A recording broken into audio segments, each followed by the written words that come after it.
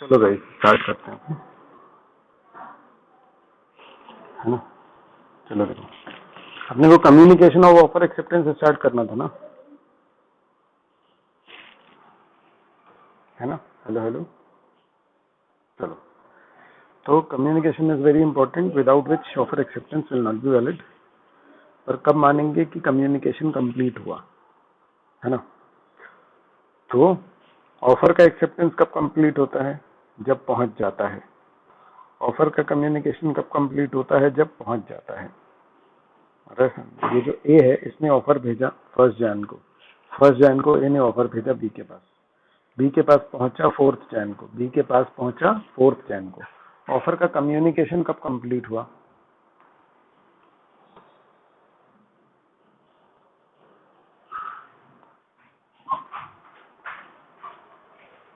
ठीक है ना। ऑफर का कम्युनिकेशन कंप्लीट हुआ 4 जन को, ठीक है ना। फिर उसने, हाँ ठीक है ना, ऑफर का कम्युनिकेशन, उसके बाद उसने एक्सेप्टेंस भेजी कब? 7 जनवरी को। और ए के पास पहुंची कब? 12 जनवरी को। हेलो हेलो, है ना। तो एक्सेप्टेंस का कम्युनिकेशन को 2 पार्ट में बांटते हैं अपन। एक्सेप्टेंस का कम्युनिकेशन ऑफरर के अगेंस्ट कब कंप्लीट हुआ? एक्सेप्टेंस का कम्युनिकेशन ऑफरर के अगेंस्ट कब कंप्लीट हुआ? 7th। और एक्सेप्टर के अगेंस्ट कब कंप्लीट हुआ? 12 जनवरी, है ना। ये मेन बात है, यही ध्यान रखने वाली बात है ना। तो ठीक है ना। तो एक बहुत इंपॉर्टेंट बात है कि भाई क्या होना चाहिए? कम्युनिकेशन होना चाहिए, ठीक है ना। One important requirement for both offer and accept, oh my god, ठीक है।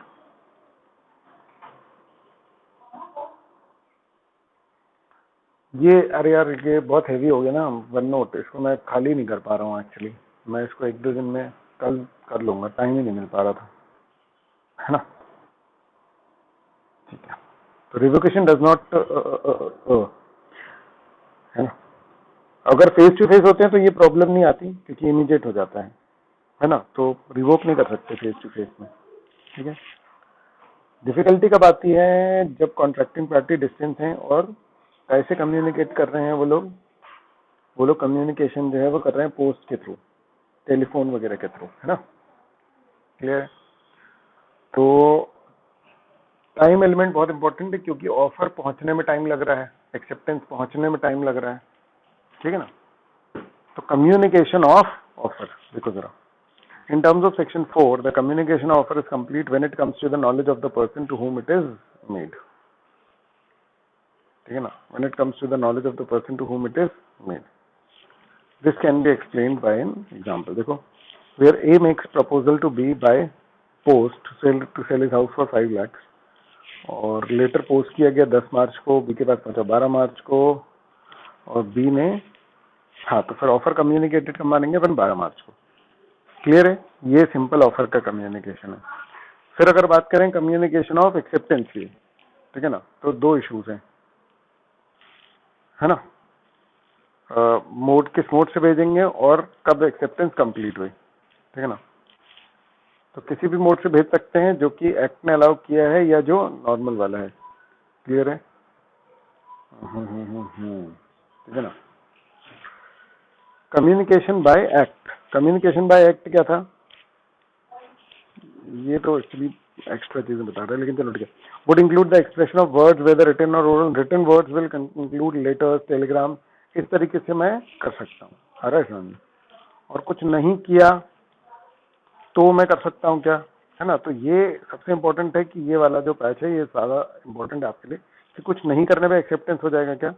सच omission is conveyed by the conduct or for the forbearance on the part of person to convey his willingness or assent. However, silence would not be treated as completion by omission. चुप रहना नहीं होगा, कोई conduct से आप silent रह करके क्या कर सकते हो? कम्युनिकेशन कर सकते हो, समझ आ रहा है, ठीक है ना। और अजीब सा कॉन्सेप्ट बनाया इन लोगों ने, क्योंकि ओमिशन को ये लोग क्या कर रहे हैं, एक्सेप्टेंस मान रहे हैं, लेकिन ओमिशन में भी कंडक्ट का बोल रहे हैं कि होना चाहिए कुछ, ठीक है ना।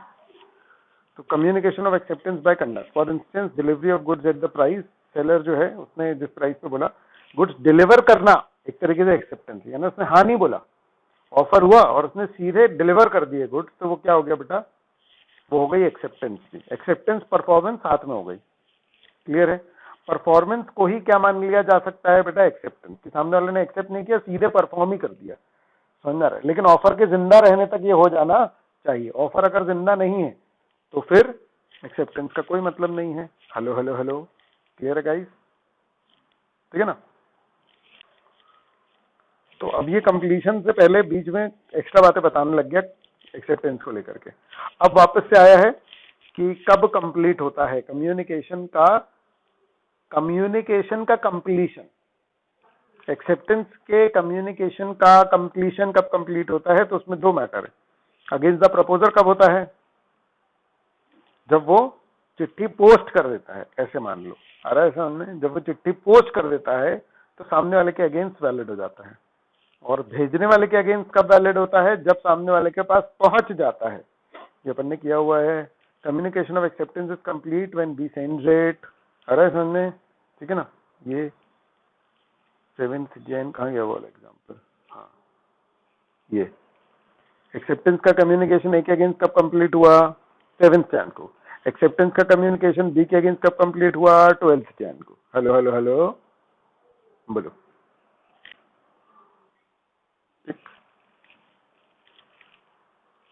ठीक है ना। फिर क्या था, where the proposal is accepted by letter sent by post, the communication of acceptance will complete against the proposer when the letter of acceptance is posted।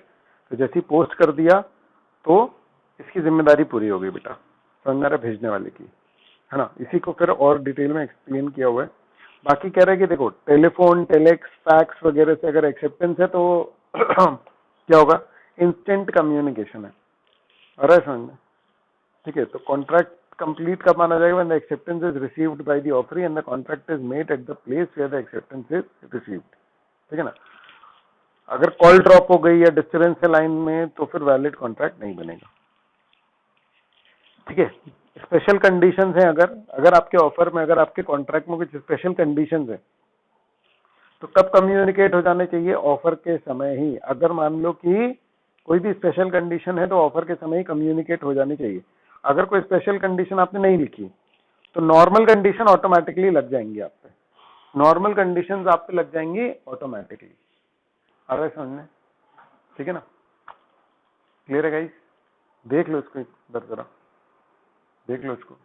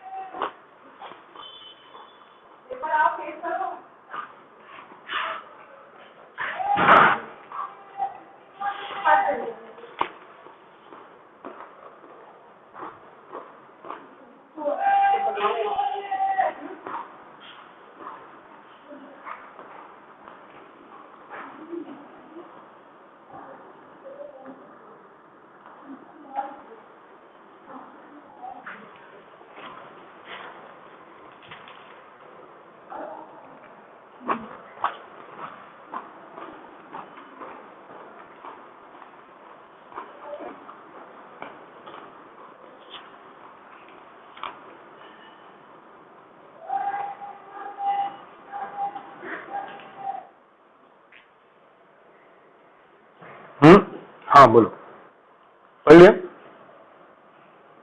आगे बढ़े।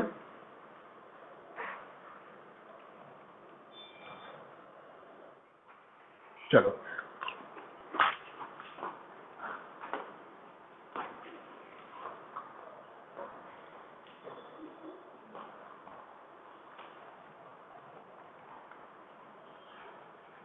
चलो आगे बढ़ रहे हैं।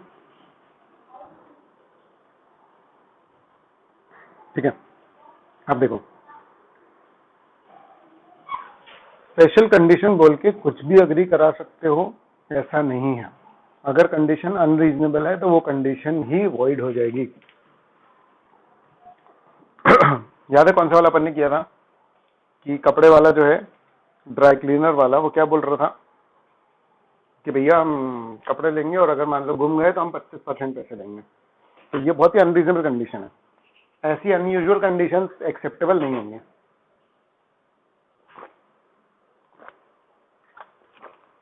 नॉर्मल कंडीशन से, स्टैंडर्ड से थोड़ी बहुत ऊपर नीचे चलती है, लेकिन इतनी ज्यादा अजीब हो जाएगी तो नहीं चलेगी बेटा। क्लियर है ये? हेलो हेलो,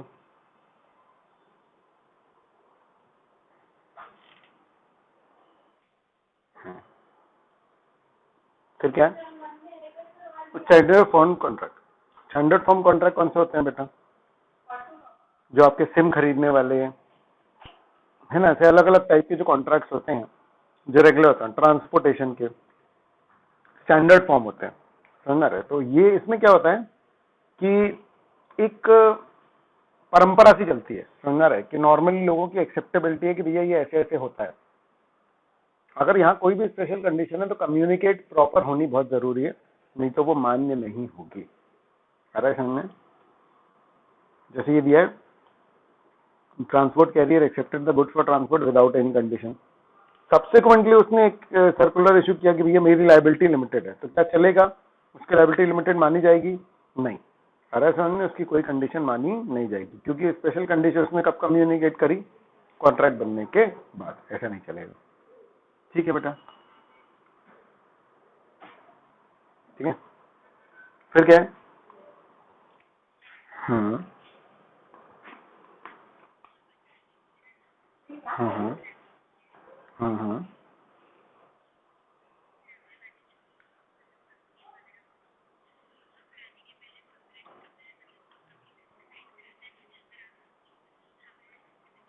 हम्म।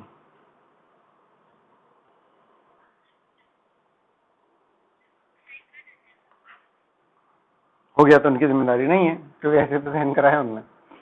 देखो क्या होता है, एडवेंचर स्पोर्ट जो है, एडवेंचर स्पोर्ट में ऐसे ही होता है। मेरी बात समझो। अब जैसे मैं गया था 2011 में ऋषिकेश में बंजी जंपिंग करने, अरे सामने। ठीक है, तो पहले तो उन लोगों ने पूरा वो लिखवाया कि भैया क्या कहते हैं, हाँ, आपको कोई हार्ट डिसीज या इस तरीके से नहीं है ना? तो यहाँ पर दो बातें हैं, ध्यान से समझना। एक तो बात यह है कि भाई उनकी लापरवाही, मतलब रस्सी टूट गई और मैं मर जाता, तो रस्सी टूट जाती और मैं मर जाता तो उनकी गलती होती। लेकिन अगर हार्ट अटैक से मर जाता तो मेरी गलती होती। मेरा पॉइंट समझ रहे हो? कि वहां पर दो चीजें हैं, कि उनकी लापरवाही क्या है और भैया आपके साथ कंडीशन क्या है, और दूसरा act of God. Adventure sport में हमको नहीं पता कि कल को क्या होने वाला है। अरे समझ, मान लो कि वो उन्होंने वो नीचे फेंका मेरे को, मान लो उल्टे सीधे हो गए बीच में हम,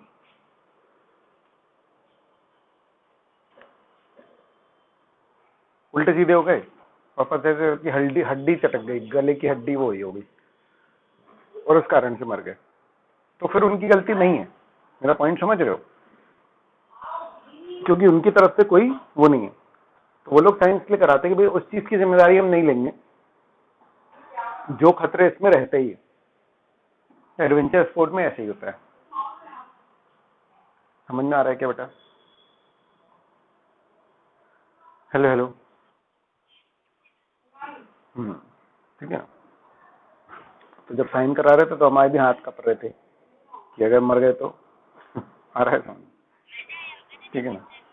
हाँ, उसमें 3 सेकंड का थ्रिल रहता है मरने का, क्योंकि जब आप कूदते हो तो कुछ नहीं होता, जब तक लिटरली आप कूद गए हो, until unless you feel the rope, आप उस लेवल पर नहीं पहुंचते जब तक कि रोप आपको फील हो। तो वो 3 सेकंड में मौत का एहसास होता है, मतलब वही उसका थ्रिल है एक्चुअली। समझ में आ रहा है? तो वो खतरनाक है, तो जब इतनी ऊंचाई से कूद गए, मतलब समझ में आ रहा है?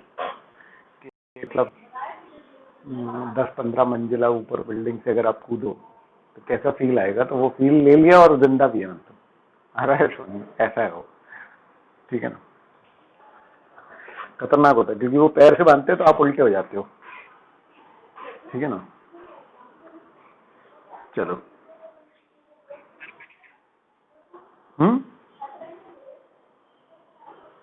क्या चीज? हाँ चढ़ जाता होगा यार, पता नहीं चला मतलब, अंदर अंदर हो रहा था ना जो भी हो रहा था।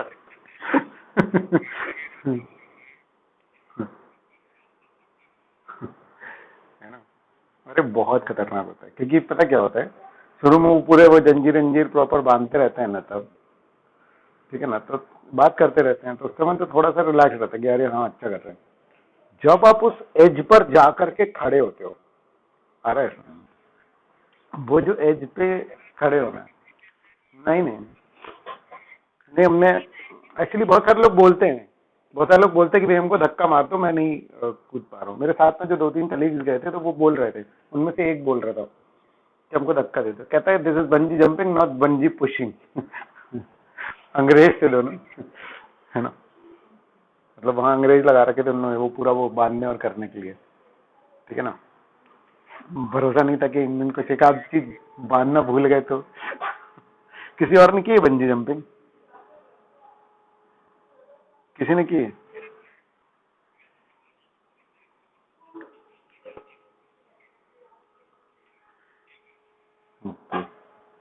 कोई नहीं, बस तुम रह गए थोड़ा सा। ऋषिकेश में ही है मतलब, इंडिया में मुझे पता नहीं कि और कितनी जगह पर, लेकिन बहुत कम जगहों पर है और काफी सेफ है मतलब। एक सर्टिफिकेट देते हैं वो लोग उसके बाद, पता है, जंपिंग का, कि मतलब हाँ proper bungee jumping certificate. Video भी पड़ा है मेरा तो फेसबुक में उसका, बंजी जंपिंग का। नहीं बेटा, ऐसे खतरों में खिलाड़ी खिलाड़ी में नहीं जा सकते हैं, अरे हम, ठीक है ना। हम तो कूद गए थे ना, धक्का वो किसी को देते ही नहीं है, वो क्लियरली बोल देते हैं कि भैया दिस इज बंजी जंपिंग, आपको खुद ही करना पड़ेगा, एडवेंचर करने आए हो क्या करने आए हो, समझ रहा है। बाकी यहाँ एक दो लोग हैं ऐसे जो भाई कूदे तो मतलब एकदम हॉरर वाले वो चिल्लाहट, समझ रहे। मतलब हम तो उसको पूछ रहे थे कि भैया इसको कैसे कूदे तो वो ज्यादा अच्छा लगे, मतलब ऐसा। अब तो और अच्छा हो गया एक्चुअली, वहां पर मैंने किया था 2011 में, तो वो सीधा जंप था, फिर आप अपनी तरफ से जितना आगे कूद पाओ तो उतना आपको झोल मिलेगा। लेकिन अब उन लोगों ने क्या कर दिया है कि अब वो थोड़ा सा राउंड आपको वैसे ही मिलता है, उन लोग की जो जंपिंग साइट है वो थोड़ी सी टिल्टेड हो गई है, तो उन्होंने और आपको वो मिलेगा, मेरी को राउंड टाइप का। थोड़ा सा, हाँ क्योंकि वो रस्सी ना, वो रबड़ टाइप की होती है, मतलब आप नीचे जाते हो, वो खिंचती है और फिर उछलते हो और फिर गिरते हो, खतरनाक है वो, जबरदस्त, ठीक है। नहीं वो इतना क्लियर वैसा नहीं दिखता क्योंकि वो ऊपर से लिया है, तो बस उससे ये समझ में आता है कि हाँ कितने नीचे कूद गए, मतलब प्रूफ है बस वो, आ रहा है समझ में, ठीक है ना। चलो ठीक है, वापस वापस वापस, ठीक है। हम्म, तो कम्युनिकेशन ऑफ परफॉर्मेंस, ये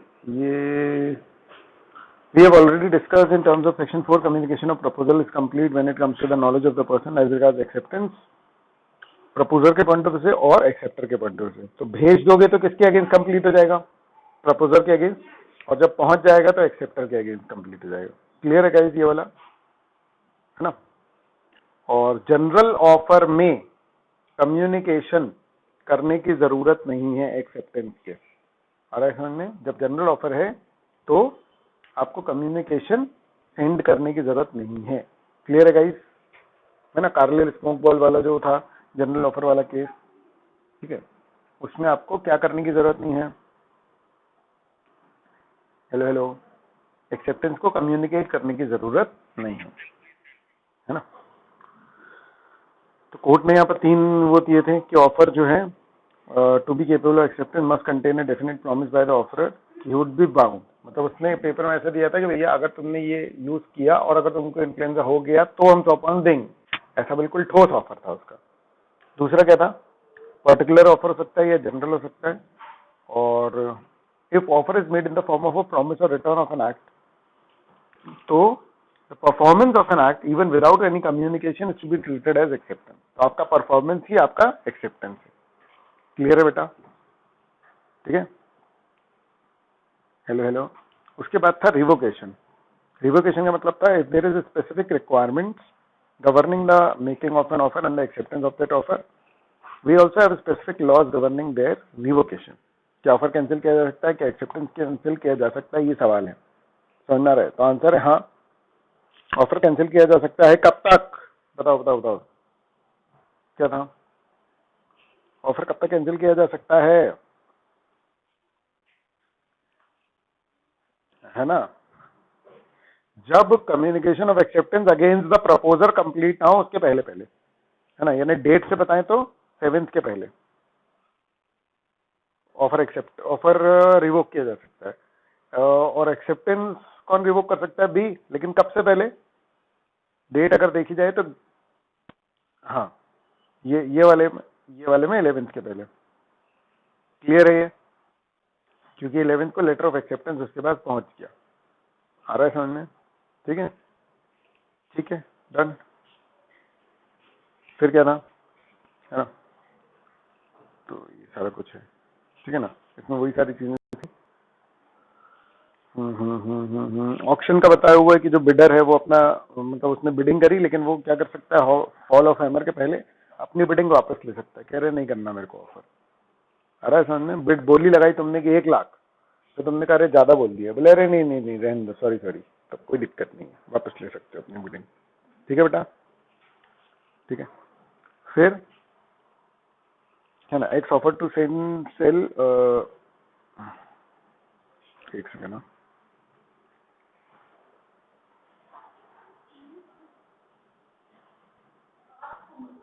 एक सेकेंड, ठीक है। रिवोकेशन पढ़ रहे थे ना, आ गई स्क्रीन, आ गई? हाँ, ठीक है, ठीक है। तो 50 बिल्स ऑफ कॉटन बेच रहा था एक सर्टेन प्राइस पे, ठीक है ना, और उसने क्या बोला, कि भाई 6 बजे तक खुला रहेगा। Before that time X sold them to Z, Y accepted before 6 PM, but after the revocation by X, in this case it was held that the offer was already revoked. ठीक है ना, मतलब एक्स जो था उसने 50 bells offer की वो करी, ठीक है ना, और बोला कि भैया मैं ओपन रखूंगा, है ना,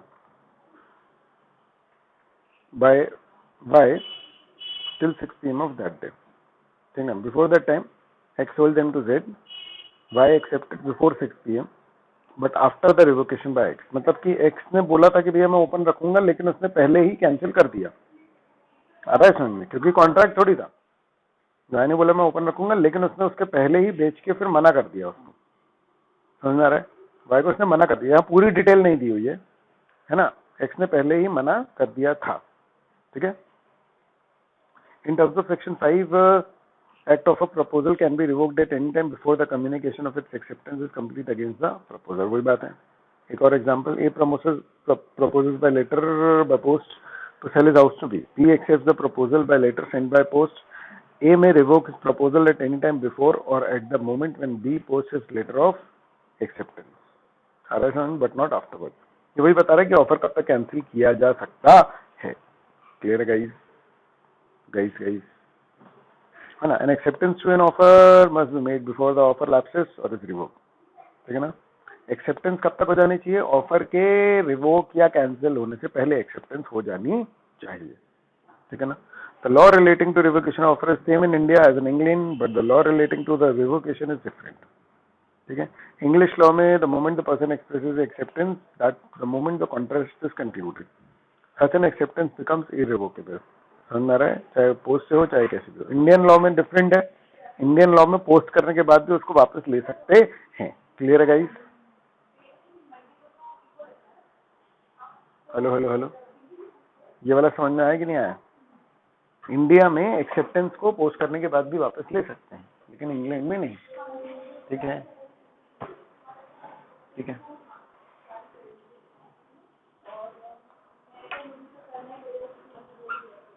फिर क्या है? Contract over telephone. टेलीफोन में क्या होता है? इमीडिएटली कम्युनिकेशन हो जाता है, समझ रहे? तो वहां पर कैंसिलेशन का सवाल नहीं उठता। ठीक है, फिर क्या है? Revocation of proposal otherwise then by communication. When the proposal is made, the proposer may not wait indefinitely for its acceptance. The offer may be revoked otherwise than by communication or by or sometimes by lapse. ठीक है, मतलब offer जरूरी नहीं है कि बोल के खत्म किया जाए। ऑफर कैसे खत्म हो सकता है? एक तो बोल के खत्म कर देगा, है ना, और बहुत ज्यादा वक्त हो गया, बहुत सारे टाइम, बहुत बहुत पहले ऑफर किया था मैंने कोई ऑफर किया और बहुत टाइम हो गया। ब्रेड का मैंने एग्जांपल दिया था कि मैं किसी से पूछ करके आया और वो 1 महीने बाद तक रखा रहा ब्रेड, फिर उसके बाद उसने एक्सेप्ट किया, जैसे ही मैं पहुंचा तो उसने हाँ बोल दिया। तो क्या ऑफर एक्सेप्टेंस माना जाएगा? क्या कॉन्ट्रैक्ट बनेगा? नहीं, क्योंकि बहुत टाइम से ऑफर ओपन रहेगा तो अपने आप ही कैंसिल हो जाएगा। क्लियर है? हेलो हेलो, ठीक है ना? ठीक,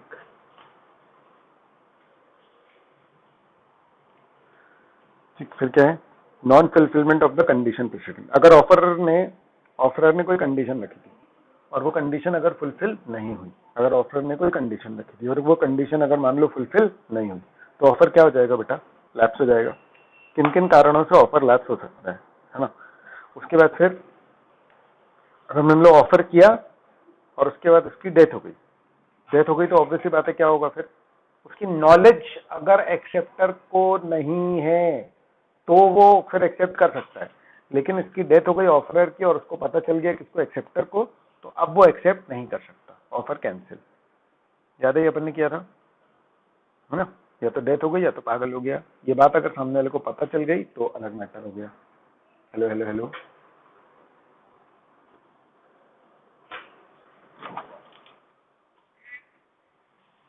ठीक, डन। फिर क्या था?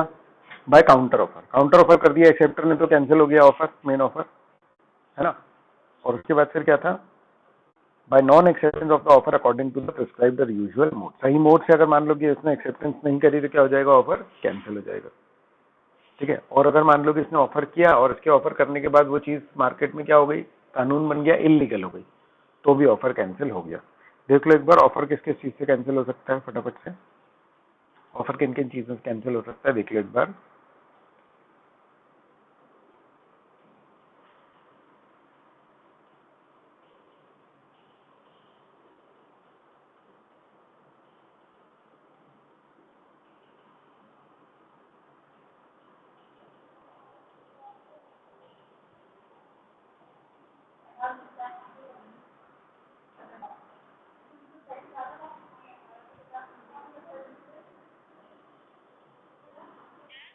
हाँ बेटा,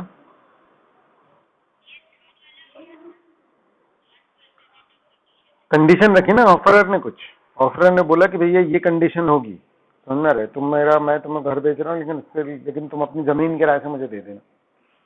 तो उसने हाँ बोल दिया लेकिन जमीन किराए से नहीं दी, तो कंडीशन उसने नहीं मानी, तो ऑफर लैप्स हो गया। ठीक है, समरी भी जरूर रीड कर लेंगे आप लोग। ठीक है, ये वाले क्वेश्चन अपन ने करके देखे थे क्या? ये अपन डिस्कस कर रहे थे, हाँ। ठीक है, अगले चैप्टर की नहीं करें ना अपन ने।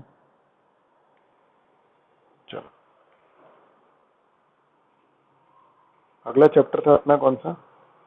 कंसिडरेशन। ठीक है, कौन सा चैप्टर अपना? कंसिडरेशन। ठीक है, चलो। कंसिडरेशन मतलब समथिंग इन रिटर्न। कंसिडरेशन मतलब समथिंग इन रिटर्न। ठीक है, तो जब भी आप समथिंग इन रिटर्न की बात करते हो तो आप किसकी बात कर रहे हो? कंसिडरेशन की। No consideration no contract. Consideration अगर नहीं होगा और बोथ साइडेड कंसिडरेशन नहीं होगा तो कॉन्ट्रैक्ट नहीं बन पाएगा। जब भी कोई कॉन्ट्रैक्ट बनता है तो दोनों पार्टीज के पास कंसिडरेशन की व्यवस्था होनी चाहिए। आ रहा है समझ में? सिर्फ कुछ एक्सेप्शन है इसके जहां पर वन साइडेड कंसिडरेशन में भी कॉन्ट्रैक्ट वैलिड हो जाता है। अदरवाइज सारे कॉन्ट्रैक्ट में क्या होना चाहिए, दोनों साइड से कुछ ना कुछ कंसिडरेशन होना जरूरी है। कुछ भी तुम दुकान में खरीदने जाते हो तो तुम पैसे देते हो, तुम्हें गुड्स मिलते हैं। आ रहा है समझ? तुम कुछ सर्विसेज प्रोवाइड करते हो, सामने वाले को सर्विसेज प्रोवाइड करता है। इस तरीके से दुनिया चलती है कॉन्ट्रैक्ट की। क्लियर है? ठीक है ना? ठीक, फिर क्या है? Consideration is an essential element of a valid contract without which कोई भी प्रॉमिस एक्सेप्टेबल नहीं, एनफोर्सेबल नहीं होगा। क्लियर है? समथिंग इन रिटर्न बोलते हैं। कंसिडरेशन क्या है? It must be it's a price agreed to be paid by the promisee for the obligation of the promisor. ठीक है, इसको कितने भी कैसे भी वर्ड्स में डिफाइन कर लो, समझ में आ रहा है? तुम कुछ हमारे लिए कर रहे हो, हम तुम कुछ तुम्हारे लिए कर रहे हैं, यही कंसिडरेशन। आ रहा है समझ में? तो इसको उन लोगों ने डिफाइन किया, when at the desire of the promisor the promisee or any other person has done or abstain from doing, है ना, or does or abstain from doing or promises to abstain from doing something, such an act or abstinence or promise is called consideration for the promise। और promise का consideration मतलब तुम हमारे लिए क्या कर रहे हो, या क्या मतलब कुछ नहीं करने के लिए हमने बोला कि यार ये काम मत करना, तो वो नहीं करना ही हमारे लिए क्या हो गया, एक तरीके से कंसिडरेशन। क्लियर है गाइस? ठीक है ना? तो कंसिडरेशन इज एन एक्ट मतलब doing something. Other promises to Bhuvan to guarantee the payment of price which Bhuvan wanted to sell on 1 month credit to Chaitanya. बहुत ज्यादा कॉम्प्लिकेटेड है, सिंपल है, समझ में आ रहा है? तुम मेरी कार खरीद रहे हो, तुम मेरी कार खरीद रहे हो तो तुम पैसे दे रहे हो, मैं तुम्हें कार दे रहा हूँ तो ये मेरी तरफ से कंसिडरेशन है, तुम मुझे पैसे दे रहे हो, ये तुम्हारी तरफ से कंसिडरेशन है। Simple, doing something, I am giving you car. या तो फिर अगर मान लो कि गाना गाने का कॉन्ट्रैक्ट है तो डूइंग समथिंग, तो मेरा गाना गाना तुम्हारे लिए कंसिडरेशन है, मेरा वो एक्ट, वो करना, वो गाना गाना, दैट विल बी कंसिडरेशन। तो कंसिडरेशन इज एन एक्ट मतलब doing something. Consideration is abstinence. बोल रहे हैं भैया हम तुम्हारे ऊपर केस नहीं करेंगे अगर तुम हमको 1 लाख रुपए दे दोगे तो। आ रहा है समझ में? तो केस नहीं करना भी कंसिडरेशन है और 1 लाख रुपए देना भी कंसिडरेशन। आ रहा है समझ में? क्लियर है? फिर कंसिडरेशन जो है वो प्रॉमिसर की डिजायर पे ही होना चाहिए। कंसिडरेशन जो है वो प्रॉमिसर की डिजायर पे ही होना चाहिए। ये नीचे एक्सप्लेन्ड भी है, समझ में? अपन ने देखा था इसमें कि वो जो मार्केट बना रहा था, कलेक्टर वाला एग्जाम्पल याद है क्या? हेलो हेलो हेलो, याद है ना? मार्केट कंस्ट्रक्ट कर रहा था पी, किसके कहने पे? कलेक्टर के कहने पे। तो डिजायर किसकी थी? कलेक्टर की। दुकानदार ने बोला हम तुमको कमीशन देंगे, पी को बोला, लेकिन उसने मना कर दिया, दुकानदार ने मना कर दिया, समझ में? पी ने बोला कि अरे कॉन्ट्रैक्ट हुआ है, तुमको हमको कमीशन देना पड़ेगा। तो दुकानदार ने फिर किस बात का केस लगाया कि भैया तुम्हारी डिजायर नहीं थी कंसिडरेशन की। अरे समझ में? कंसिडरेशन की डिजायर किसकी थी? कलेक्टर की। तुमको बनाना ही था, एक तरीके से मार्केट कंस्ट्रक्ट करना ही था, तो तुम्हारे साथ हमारा कोई कॉन्ट्रैक्ट नहीं हुआ। एक्चुअली कलेक्टर ने पी को बोला था कि भैया दुकानें बना दो। दुकानदार बहुत खुश हुए तो उन्होंने कमीशन देने की बात कर दी थी, लेकिन उनको पी की तरफ से कोई कंसिडरेशन नहीं मिला। क्यों? क्योंकि दुकानें किसके कहने पे बन रही थी? कलेक्टर के कहने पे। हेलो हेलो हेलो गाइस, याद आया क्या कि अपन ने डिस्कस किया था, है ना? ठीक है, तो consideration must move at the desire of the promisor. Desire किसकी होनी चाहिए बेटा? प्रोमिसर की। डिजायर किसकी होनी चाहिए बेटा? प्रोमिसर की। क्लियर है? ठीक है। बाकी कंसिडरेशन आ किसके पास से सकता है? कंसिडरेशन आ किसके पास से सकता है? कंसिडरेशन आ तो किसी के भी पास से सकता है, कंसिडरेशन आ तो किसी के भी पास से सकता है। आ रहा है समझ में? है ना? इसमें चिन्नैया रमैया वाला केस अपन ने देखा था। आ रहा है समझ में? ठीक है ना, कि चिन्नैया और ये मामा था। आ रहा है समझ में? ठीक है ना, और अम्मा थी। आ रहा है समझ? चिन्नैया की अम्मा ने चिन्नैया को घर दिया और चिन्नैया ने 50,000 रुपये मामा को देने का वादा किया। बाद में चिन्नैया जो है, चिन्नैया चुड़ैल मना कर दी कि नहीं देंगे मामा को 50,000 रुपए, क्योंकि हमको मामा से कोई कंसिडरेशन नहीं मिल रहा। मामा ने बोला कि मम्मी ने तो दिया ना कंसिडरेशन, वही कंसिडरेशन है। तो बोल रहा वो तो किसी और से आए। तो बोले कानून पढ़ो, उसमें लिखा है कि किसी और से आना कंसिडरेशन वैलिड है, कोई दिक्कत नहीं है। हेलो हेलो हेलो, कोई दिक्कत है? क्या समझ में आया? याद आया? है ना? ठीक है। उसके बाद फिर एग्जीक्यूटेड एंड एग्जीक्यूटरी, जो कंप्लीट हो चुका है, मैंने कंसिडरेशन दे दिया है, तो एग्जीक्यूटेड कंसिडरेशन। जो कंसिडरेशन अभी देना है वो क्या कहलाया? Executory consideration. Hello hello hello, ठीक है ना? फिर कंसिडरेशन क्या हो सकता है? कंसिडरेशन में भी पास्ट, प्रेजेंट और फ्यूचर। पास्ट में मैंने कुछ तुम्हारे लिए किया, अभी मैं तुम्हारे लिए कुछ कर रहा हूँ, फ्यूचर में मैं तुम्हारे लिए कुछ करूंगा। ये सब किसका पार्ट बन सकते हैं बेटा? कंसिडरेशन का। ये सब किसका पार्ट बन सकते हैं? कंसिडरेशन का। अगर समझ में वैलिड है। इंग्लिश लॉ में past consideration is no consideration, है ना? क्लियर है? A performed some services at B's desire, after week B promises to compensate it. तो ये चलेगा क्या? क्या कंसिडरेशन मानेंगे? हाँ मानेंगे। अरे समझ में? ठीक है ना? इसमें अपन ने देखा था वो वाला, है ना, वो कार्टून देखा था ना, एनिमेशन, वो भी बता दूंगा अभी। ठीक है, चलो फिर क्या था? कंसिडरेशन का एडिक्वेट होना जरूरी नहीं है। इसका मतलब कि मान लो 1,00,000 रुपए की बुक, 1,00,000 रुपए की बुक जो है वो अगर मैं 10 रुपए में बेच दूं तो चलेगा क्या? हाँ चल जाएगा, कोई दिक्कत नहीं है। तो consideration may not be adequate but it must be of some value. कुछ वैल्यू होना जरूरी है। आ रहा है समझ में? ठीक है ना? कंसिडरेशन जो है वो होना इंपॉर्टेंट है, लेकिन कंसिडरेशन का 100% पूरा पक्का होना, एडिक्वेट होना जरूरी है कि नहीं है? आ रहा है समझ में? तो कंसिडरेशन का एडिक्वेट होना जरूरी नहीं है। यानी जो चीज 100 रुपए की है, समझ आ रहा है, उसका कॉन्ट्रैक्ट 100 ही रुपए में होगा, ऐसा कानून नहीं कहता। कानून कहता है कि भैया 10 रुपए में अगर 2 लोग अग्री हैं तो कोई दिक्कत नहीं। तो अगर किसी ने 10 रुपए में बेच दिया, बाद में वो बोले कि अरे यार सस्ता बेच दिया, ये वो, समझ आ रहा है, तो वो कॉन्ट्रैक्ट को कैंसिल करना चाहता है कि अरे 10 रुपए में नहीं बेचना था। तो फिर क्या होगा? अगर उस समय उसकी मर्जी से हुआ तो कोई दिक्कत नहीं है, तो कॉन्ट्रैक्ट वैलिड रहेगा। आ रहा है समझ में? अगर मान लो कि क्या हुआ, वो बोल रहा है कि अरे यार मेरे से तो 10 रुपए में जबरदस्ती खरीदवा गया है, तो क्या होगा? तो फिर क्या होगा? कॉन्ट्रैक्ट कैंसिलेबल, कैंसिलेबल याद है, अवॉइडेबल हो जाएगा। ठीक है ना? क्योंकि फ्री कंसेंट नहीं है। ठीक, डन डन डन। ठीक है, उसके बाद फिर क्या था? फिर क्या था? Performance of one is legally bound to perform. जो काम ऑलरेडी तुम बाउंड हो परफॉर्म करने के लिए, जो काम तुम ऑलरेडी बाउंड हो परफॉर्म करने के लिए, समझ रहे, उसको कंसिडरेशन बता करके नहीं करवा सकते। जो काम तुम ऑलरेडी बाउंड हो परफॉर्म करने के लिए, उसको तुम कंसिडरेशन बता करके परफॉर्म नहीं कर सकते। अरे समझ में? जैसे गवाह को कोर्ट ने बोला है कि आना है, ठीक है ना, समन भेजा कोर्ट ने, तो अब मैं उसको बोलूं पैसे ले ले, आज आना है यार, अरे समझ में, और बाद में वो आ गया और मैं उसको पैसे ना दूं तो वो केस कर सकता? नहीं कर सकता, क्योंकि उसको तो वैसे ही आना था ना, कोर्ट ने बोला ही था उसको आने के लिए। याद है क्या गाइस? हेलो हेलो हेलो, याद है ना? इसमें ये भी था कि जैसे एडवोकेट है, केस लड़ने के पैसे दे रहा हूँ, तो बोल रहा हूँ जीत गए तो 5,000 और दूंगा। अरे समझ में? तो ये 5,000 क्या वैलिड कंसिडरेशन माने जाएंगे? नहीं, क्योंकि भैया केस तो उसको लड़ना ही और जीतना उसके हाथ में है नहीं। क्लियर है ना? फिर कंसिडरेशन रियल होना चाहिए, इल्यूजरी नहीं होना चाहिए कि हम तुमको आशीर्वाद दे दे रहे हैं। आ रहा है समझ में? ठीक है ना? ठीक है, या तो फिर वो बोल रहा है कि हम जादू से तुम्हारे लिए खजाना ढूंढ देंगे। आ रहा है समझ में?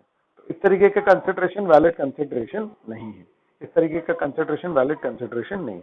It has to be something. आ रहा है समझ में? It can not be illusory.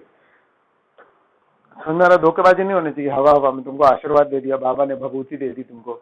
आ रहा है समझ में? कि जाओ। क्लियर है? ठीक है ना? फिर consideration must not be unlawful, immoral और अपोज टू पब्लिक पॉलिसी। अब शायद आपको ज्यादा इट विल मेक सेंस। क्या कंसिडरेशन जो है अनलॉफुल नहीं होना चाहिए, इमोरल नहीं होना चाहिए और अपोज टू पब्लिक पॉलिसी नहीं होना चाहिए। क्लियर है क्या? ठीक है ना? तो अपोज टू पब्लिक पॉलिसी हुआ, कंसिडरेशन वही स्मगलिंग और ये सारा कुछ हुआ, तो फिर क्या होगा? वैलिड नहीं होगा।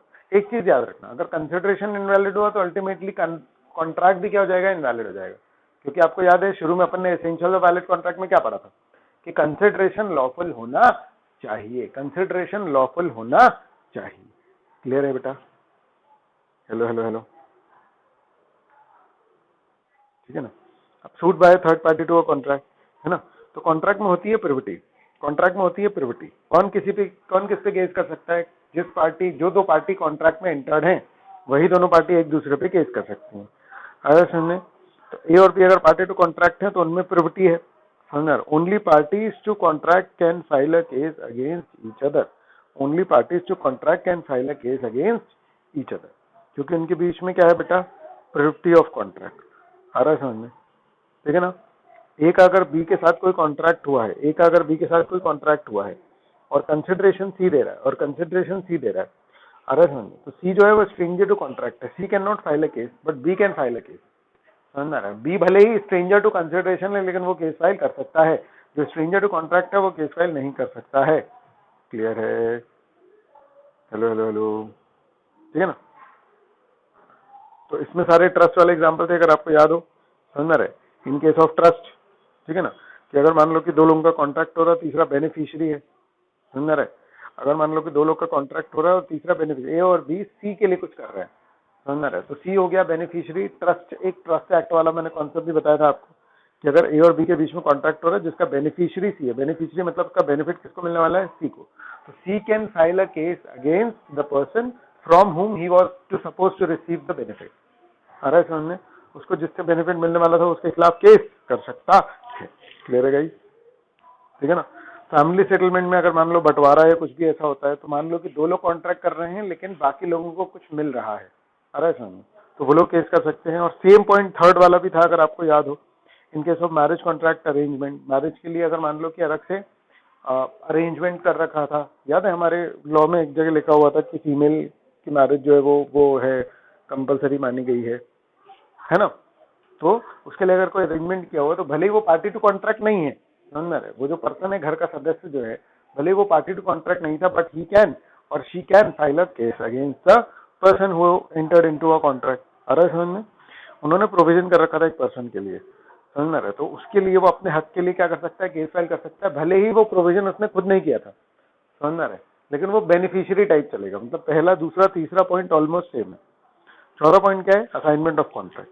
अगर मैंने बेनिफिट किसी को असाइन कर दिया, अब भी हम लोग जब मेन उसमें पढ़ रहे थे सक्सेशन असाइनमेंट हम लोगों ने पढ़ा, असाइनमेंट मतलब मैंने किसी को बेनिफिट असाइन कर दिया, तो थर्ड पार्टी पिक्चर में आ गई। तो अब जिसको मैंने असाइन किया है, समझ में आ रहा है, वो केस फाइल कर सकता है। जिसको मैंने असाइन किया है वो असाइनी कहलाएगा, जिसको मैंने असाइन किया है वो असाइन नहीं कहलाएगा, वो केस फाइल कर सकता है, वो केस फाइल कर सकता है। क्लियर है गाइस? गाइस गाइस, है ना। फिर कहता है एक्नॉलेजमेंट और एस्टॉपल, समझ में आ रहा है। मतलब एक बार अगर मान लो कि जैसे कोई थर्ड पार्टी है, समझ में आ रहा है, ए और बी के बीच का कॉन्ट्रैक्ट था, सी ने बोला कि मैं दे आऊंगा बी को पैसे, चिंता मत करो मैं दे आऊंगा पैसे, समझ में आ रहा है। अब सी ने जैसे ही बोला कि मैं दे आऊंगा पैसे और ये बात उसने लिख करके दे दी, तो वैसे तो पार्टी टू कॉन्ट्रैक्ट ए और बी है। अरे समझ, स्क्रीन चलेगी ना, एक सेकंड। वैसे तो पार्टी टू कॉन्ट्रैक्ट कौन है, ए और बी, लेकिन सी भी केस कर सकता है, तो सॉरी सी पे केस हो सकता है, सी पे केस हो सकता है। Hello hello hello guys. Acknowledgement और एस्टॉपल क्या था? एक्नॉलेजमेंट और एस्टॉपल का मतलब था कि भैया एक बार उसने मान लो अग्री कर लिया, समझ आ रहा है कि हाँ मैं पैसे चुका दूंगा, तो उसने ऑब्लिगेशन बेसिकली अपने सर पर ले ली, समझ आ रहा है। एक बार उसने ये एक्नॉलेज कर लिया कि हाँ मैं पैसे दे दूंगा, तो वैसे तो ए और बी कॉन्ट्रैक्ट में थे, लेकिन अब सी जो है उसने ऑब्लिगेशन लिख करके अपने सर पे ले ली। जब भी जैसे उसने लिख करके सर पे ले ली तो सी पे केस हो सकता है, सी पे केस हो सकता है। बोलो गाइस, क्लियर है ये बात आपको? ठीक है ना। इसका एग्जांपल था एल और एम वाला, है ना। फिर covenant running with land, in case of the covenant running with the land, the person who purchases land with notice that the owner is bound to by certain duties affecting the land, the covenant affecting the land may be enforced by the successor of the seller. वो ये बोल रहा है कि भाई अगर मान लो जमीन पे कुछ कंडीशंस थी जिसको लेकर के सेलर बाउंड था, जमीन पे ऑलरेडी कुछ कंडीशन थी। मैंने इसका एग्जांपल दिया था, कोई जमीन है जिसपे स्कूल ही बनना है, तो वो जमीन कोई भी कितनी बार भी बेच ले, अल्टीमेटली क्या होगा, समझ रहा है, वो बात तो वैलिड रहेगी कि उस पर स्कूल बनना है, समझ रहा है। तो अल्टीमेटली अगर मान लो थर्ड पर्सन के पास पहुंच गई तो उस पर केस हो सकता है, अगर उसने उस पर स्कूल नहीं बनाया तो। यहाँ पर केस कौन कर सकता है इन पे, जो पार्टी टू कॉन्ट्रैक्ट नहीं है वो भी केस कर सकता है, क्योंकि वो तो जमीन पे ही कंडीशन उसके साथ चलती जा रही है ना, समझ रहा है। क्लियर है। तो अगर दो लोगों ने कॉन्ट्रैक्ट किया कि भैया इससे हम मॉल बना लेंगे, तो कोई मतलब नहीं है, थर्ड पर्सन उस पर केस कर सकता है, क्योंकि वो कंडीशन जमीन के साथ ही चली आ रही है। हम लोग ये पढ़ रहे हैं कि कहां पर दो पार्टी टू कॉन्ट्रैक्ट है, उनके अलावा भी तीसरा बंदा जो है वो केस कर सकता है। हम लोग क्या पढ़ रहे हैं, यहाँ पर दो पार्टीज टू कॉन्ट्रैक्ट हैं, लेकिन वो लोगों के अलावा दो पार्टी टू कॉन्ट्रैक्ट, वो तो एक दूसरे पे केस कर ही सकते हैं कि भाई तुमने नहीं निभाया, तुमने निभाया, हम तुम पे केस कर देंगे, लेकिन यहाँ पर थर्ड पार्टी भी जो है वो केस फाइल कर सकती है। बोलो क्लियर है? ठीक है ना। और क्लास था contract entered into through an agent. समझ आ रहा है? तो जब मैं एजेंट के थ्रू कर रहा हूँ तो मेरा एजेंट है वो वैसे थर्ड पर्सन है, लेकिन वो केस फाइल कर सकता है। आ रहा है समझ में? ठीक है ना? वैसे एजेंट की अपनी कोई वैल्यू नहीं होती, क्योंकि प्रिंसिपल ही मेन होता है। समझ आ रहा है? जो काम एजेंट कर रहा है उसकी सारी जिम्मेदारी किसकी होती है? प्रिंसिपल की। तो यहाँ नाम का है थर्ड पर्सन, वैसे दो ही पार्टी है मतलब। ठीक है guys, hello hello hello guys, hello, है ना सब? हेलो हेलो हेलो, थक गए क्या? ठीक है, कुछ समझ आ रहा है कि नहीं आ रहा है? बताओ, ये सही चल रहा है कि नहीं चल रहा है, कि और डिटेल में जाएंगी ऐसे? हाँ, ये सही चल रहा है कि नहीं चल रहा है, मतलब इसको चलाएं ऐसे पक्का? कोई भी आपके सुझाव वगैरह जो कुछ भी हो तो वो बताते जाना बेटा, ठीक है ना? ठीक है ना? मतलब मेरा ये सोचना था कि भाई ये करा करके और फिर अपन टेस्ट कंडक्ट कर लेंगे, है ना? मतलब इसको करने के बाद फिर मैं चाह रहा हूँ कि अपन क्वेश्चन आंसर्स का भी डिस्कशन करेंगे, है ना? क्वेश्चन आंसर का डिस्कशन कर लेंगे तो काफी जैसे याद टाइप का हो जाएगा अपने को, है ना? चलो ठीक है, क्या बोल रहे देखो? Validity of a contract without consideration, validity of a contract without consideration. Normally no consideration no contract. Normal rule क्या है? बिना कंसिडरेशन के कॉन्ट्रैक्ट नहीं बनता, बिना कंसिडरेशन के कॉन्ट्रैक्ट नहीं बनता, है ना? कंसिडरेशन नहीं तो कॉन्ट्रैक्ट नहीं, कंसिडरेशन नहीं तो कॉन्ट्रैक्ट नहीं। क्लियर है? ठीक है ना? तो लेकिन सुनना, अब अपन पढ़ने वाले हैं क्या एक्सेप्शन, कि जहां पर सिंगल साइडेड कंसिडरेशन है या कभी कभी जीरो कंसिडरेशन है तो भी कॉन्ट्रैक्ट वैलिड होगा, तो भी कॉन्ट्रैक्ट वैलिड होगा। उसमें पहला क्या है? Natural love and affection. समझ में आ रहा है? चार बातें होनी जरूरी हैं, चार पॉइंट्स हैं: natural love and affection, near relationship, writing और रजिस्टर। अगर ये चार बातें हैं तो वन साइड होने के बाद भी, वन साइडेड होने के बाद भी अग्रीमेंट क्या होगा? कॉन्ट्रैक्ट क्या होगा बेटा? बिना कंसिडरेशन के भी वैलिड माना जाएगा, बिना कंसिडरेशन के भी वैलिड माना जाएगा। क्या ये क्लियर है बेटा? हेलो हेलो हेलो, ठीक है ना? फिर क्या बोल रहे हैं, है ना, कि भाई इसमें एक था कि इसमें हस्बैंड ने, है ना, वाइफ को अपनी अर्निंग्स देने का वादा किया, लेकिन वो रिटर्न था, रजिस्टर्ड था, नियर रिलेशन है हस्बैंड वाइफ का, और आउट ऑफ नेचुरल लव था, तो फिर ऑब्वियसली बात है वो हो जाएगा। लेकिन लड़ाई के चक्कर में अगर उसने पैसे देने का वादा किया तो नेचुरल लव मिसिंग हो गया था, समझ रहे? तो क्या हो गया? फिर वो अग्रीमेंट वैलिड नहीं है। डिस्कशन हुआ था, याद है? प्रभजोत ने आंसर दिया था, ठीक है? चलो, फिर compensation for the past voluntary services. तो पास्ट वॉलंटरी सर्विसेज में क्या था? हाँ, क्या?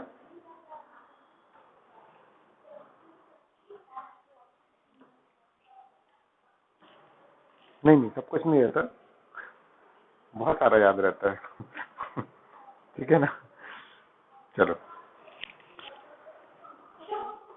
ठीक है ना?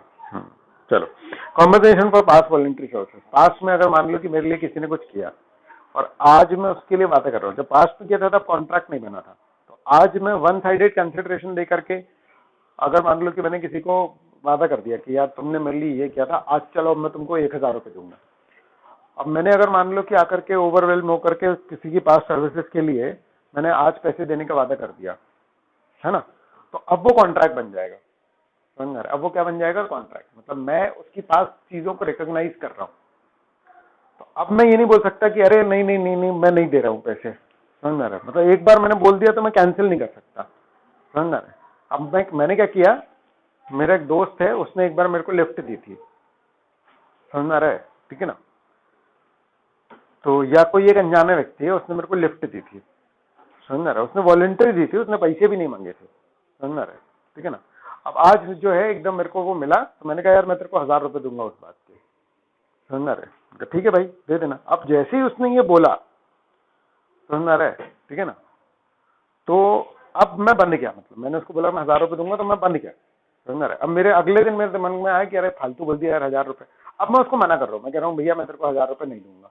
वो कह रहा है कि यार अब तो देने पड़ेंगे। मैं कह रहा हूँ भैया देखो, जब तुमने लिफ्ट दी थी तब तो तुमको पैसे चाहिए नहीं थे, आ रहा है समझ में? और ऐसी कोई बात भी नहीं होती, और हम बोलते नहीं तो फिर तुम लेते भी नहीं। तो अब हमने बोला था कल, अब हम कैंसिल कर रहे हैं, लेकिन कानून ने बांध दिया मुझे, क्योंकि उसकी पास्ट सर्विसेज को कॉम्पनसेट करने के लिए जैसे ही मैंने 1,000 रुपए बोला तो वो वहां पर बाइंडिंग कॉन्ट्रैक्ट बन गया। मतलब मेरा ये कहना कि अरे तुम्हारी तरफ से थोड़ी कोई कंसिडरेशन था, तुम तो ऐसे ही कर रहे थे ना, तुमने कहाँ कॉन्ट्रैक्ट के हिसाब से कंसिडरेशन दिया था, समझ आ रहा है। लेकिन ये पास वॉलंटरी सर्विसेज का एक्सेप्शन डाल दिया गया कानून में। इस तरीके से अगर बना तो फिर आप बंद ही जाओगे। Hello hello hello,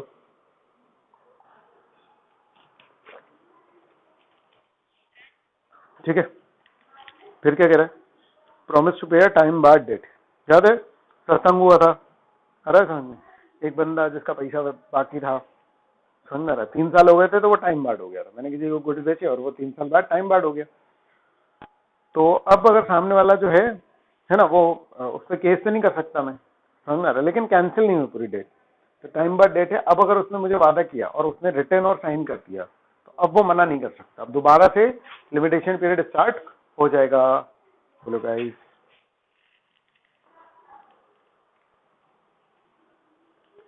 hello hello hello, clear है? ठीक है, ठीक है ना। फिर क्या है, एजेंसी। एजेंसी वाले में जब मैं किसी को एजेंट बना रहा हूँ कि आज से तुम हमारे एजेंट, तो क्या होगा, उस समय कोई पैसे का मूवमेंट थोड़ी हो रहा है, बस मैं किसी को एजेंट बना रहा हूँ, समझ में आ रहा है। तो ये वैलिड कॉन्ट्रैक्ट है बिना कंसिडरेशन के। अरे सर उस समय कोई मूव नहीं आ रहा, मूव नहीं हो रहा कि भाई मुझे तुमको कुछ देना है, तुम मुझे कुछ दे रहे हो, ऐसा कुछ हो नहीं रहा है, ठीक है ना। फिर है कंप्लीटेड गिफ्ट। कंप्लीटेड गिफ्ट मतलब कि अगर मैंने किसी को गिफ्ट दिया और वो कंप्लीट कंप्लीट मतलब कि उसने एक्सेप्ट कर लिया, तो अब मैं उससे वापस नहीं ले सकता। आ रहा है समझ में? मैं गिफ्ट करने का वादा तोड़ सकता हूँ, लेकिन मैं दिया हुआ गिफ्ट वापस नहीं ले सकता। मैं ये बोलूँ कि भैया सिंगल साइडेड है कंसिडरेशन, मैंने तुमको गिफ्ट दिया, तुमने तो मुझे कुछ प्रोवाइड ही नहीं किया, तो ये वैलिड नहीं होगा। आ रहा है समझ में? मतलब कि ये मेरा कहना ही ये वैलिड नहीं होगा। एक बार आपने गिफ्ट दे दिया, सामने वाले ने एक्सेप्ट कर लिया, तो ये वैलिड हो, समझ में? अब आप उसको इस बिना पे कैंसिल नहीं कर सकते कि सिंगल साइडेड कंसिडरेशन था, अब आप उसको कैंसिल नहीं कर सकते हैं। बोलो गाइस, क्लियर है ये वाला, है ना? इसमें एक अपन ने चैरिटी का पढ़ा हुआ था, है ना, कि अगर मेरे गिफ्ट के वादे पे किसी ने एक्ट कर लिया, अगर मेरे गिफ्ट के वादे पे किसी ने एक्ट कर लिया, चैरिटी लास्ट पॉइंट जो था कि मैंने किसी को चैरिटी का वादा किया, उस बेसिस पे उसने एक्ट कर लिया, तो उतना पैसा जितने की उसने लायबिलिटी उठा ली, उतना पैसा तो मुझे चुकाना ही पड़ेगा। याद है ये वाला? याद है, याद है, ठीक है ना? हाँ, ठीक है ना। फिर बेलमेंट। बेलमेंट क्या है कि भैया गुड्स, मूवेबल गुड्स जब मैं किराए से देता हूँ या किसी को कस्टडी में देता हूँ, मूवेबल गुड्स बिना ओनरशिप दिए जब मैं किसी को दे रहा हूँ, बेच नहीं रहा हूँ, किराए से दे रहा हूँ या रखने के लिए दे रहा हूँ, समझ में आ रहा है? तो जब वो ग्राचियस बेलमेंट होती है, याद है मैंने बताया था आपको कि ग्राचियस बेलमेंट में वैलिड कॉन्ट्रैक्ट होता है, लेकिन कंसिडरेशन नहीं भी होता तो वो वैलिड कॉन्ट्रैक्ट होता है, ग्राचियस बेलमेंट। आ रहा है समझ में? ठीक है ना। यानी बेलमेंट ऐसी हो सकती है जिसमें कि कंसिडरेशन ना हो, बेलमेंट ऐसी ऐसी बेलमेंट वैलिड है जिसमें कंसिडरेशन ना हो। कोई और कंसिडरेशन इस तरीके से, कोई और कॉन्ट्रैक्ट इस तरीके से वैलिड नहीं होता बिना कंसिडरेशन के। लेकिन बेलमेंट का कॉन्ट्रैक्ट अगर ग्राचियस है, अगर मैं अपने दोस्त से गाड़ी ले रहा हूं उधार, समझना रहे, मेरे घर में शादी है क्योंकि, तो वो वैलिड है। हेलो, बोलो, क्लियर है क्या? क्लियर है? ठीक है, चलो, कोई दिक्कत है ना? फिर अभी थोड़ी देर से अकाउंट्स करते हैं और कल करेंगे अगला चैप्टर, ठीक।